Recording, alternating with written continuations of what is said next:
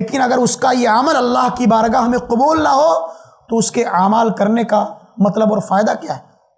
تو اس لیے ہمیشہ اللہ سے اس بات کی دعا کرنی چاہیے کہ اے اللہ جو کچھ میں کر رہا ہوں تیری رضا اور خوشنودی کی خاطر کر رہا ہوں، اے اللہ تو میرے اس نیک اعمال کو قبول فرما لے۔ اور علم کے حوالے سے بندوں کو ہمیں اس بات کی ہمیشہ اللہ سے دعا کرنی چاہیے کہ اے اللہ ہم نے جو کچھ سیکھا ہے، جو کچھ سکھایا ہے، تو تیری خوشنودی کی خاطر سیکھا اور سکھایا ہے، تو اس کو اپنے حق قبول فرما لے۔ ایسا انسان اپنے مقصد میں کامیاب اور کامرا ہوتا ہے۔ اللہ رب العالمین ایسے لوگوں کے درجات کو بلند کر دیتا ہے جو کتاب اللہ اور سنت رسول کی تعلیمات پر عمل کرتے ہیں۔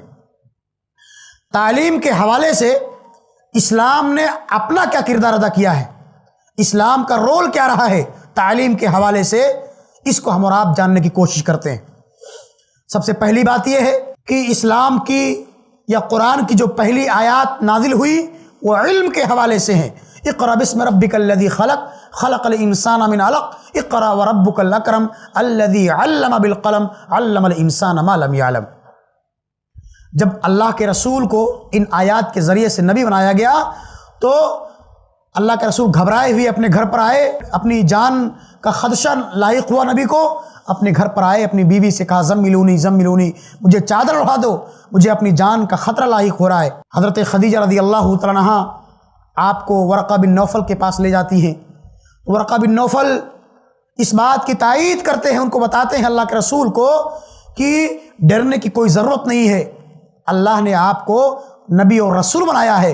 اس سے پہلے جو انبیاء اور رسول خاص طور پر حضرت موسیٰ وغیرہ کے حوالے سے جو تعلیمات ان تک پہنچی تھی وہ جانتے تھے، اس کے حوالے سے بتایا کہ یہ انبیاء اور رسول کے ساتھ ایسا معاملہ ہوتا ہے۔ اس کے بعد جب اللہ رب العالمین نبی کو یہ تعلیم دیتا ہے تو اللہ کے رسول صحابہ کرام تک یا اس سے پہلے اپنی بیوی حضرت خدیجہ رضی اللہ تعالیٰ عنہا کے پاس آتے ہیں اور ان کو اسلام کی دعوت دیتے ہیں۔